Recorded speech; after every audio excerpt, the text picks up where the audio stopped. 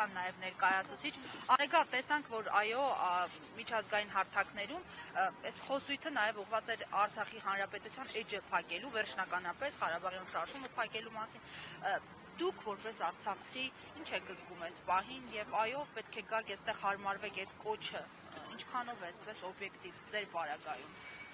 Երկրորդ հարցը պետք է գան տեղավորվեն Հայաստանում, ոնց որ իրավիճակին այսպես համակերպեք, այդ էջը փակվի գնա։ Նախ Արցախի էջը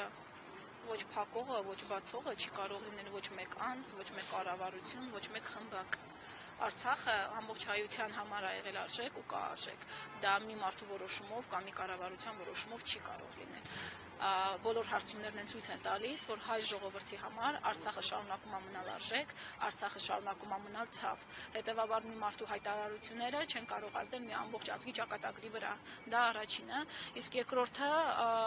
ես ինձ համար անձամբ կարևոր եմ համարում են, որ արցախցիները մնան Մայր Հայաստանում, որովհետև մենք կարողանանք ստեղծել այն բոլոր արժանապատիվ պայմանները, որպեսզի արցախցիները եւս մեկ անգամ չհայրենազրկվեն Հայաստանը լքելով արդեն գնալով ամբողջովին գնալով Հայաստանից։ Մենք պետք է կարողանանք ստեղծել այնպիսի պայմաններ եւ այդ պայմանները նաեւ ներառված է մեր ծրագրում Սամվել Կարապետյանի առաջարկած 300,000 աշխատատեղերի, բնակարանների,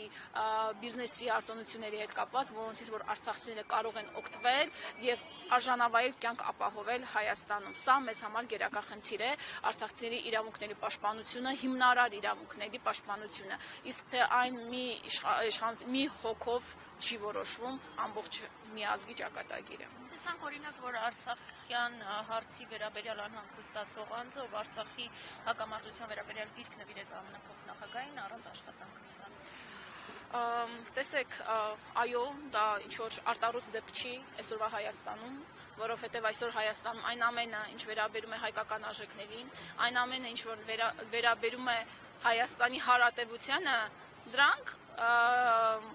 հարձակումների եւ ասպատակությունների տակ են։ Այո, երբ որ մարդ խոսում է Արցախից, երբ որ մարդ գիրք է նվիրում Արցախի վերաբերյալ, նա ազատվում է աշխատանքից։ Սա ոչ այլ ինչ է, եթե ոչ մարդու իրավունքների խախտում, մարդու ազատ խոսքի խախտում։ Հենց դրա համար ենք մենք այսօր այստեղ հավաքվել։ Հենց դրա համար ենք մենք այսօր այստեղ, որպեսզի այսօր Սամվել Կարապետյանն է, վաղը մեկ ուրիշն է, մյուս օրը մեկ ուրիշն է, որ սա վերածվելու մի մեծ շղթայի, որի որ վերջը արդեն չի երևում։ Մի օր պետք է սա դադարեցվի։ Մի լիդեր պետք է լինի, որ դուրս գա ու ասի, որ մենք համաձայն չենք այս ամենի հետ, որ մեր իրավունքները պետք է պաշտպանվեն։ Հենց դրա համար է այսօրվա մեր պիկետը, հենց դրա համար է մեր ամբողջ պայքարը, որ Հայաստանում հայը լինի հարգված ու արժանապատիվ։ Շնորհակալություն։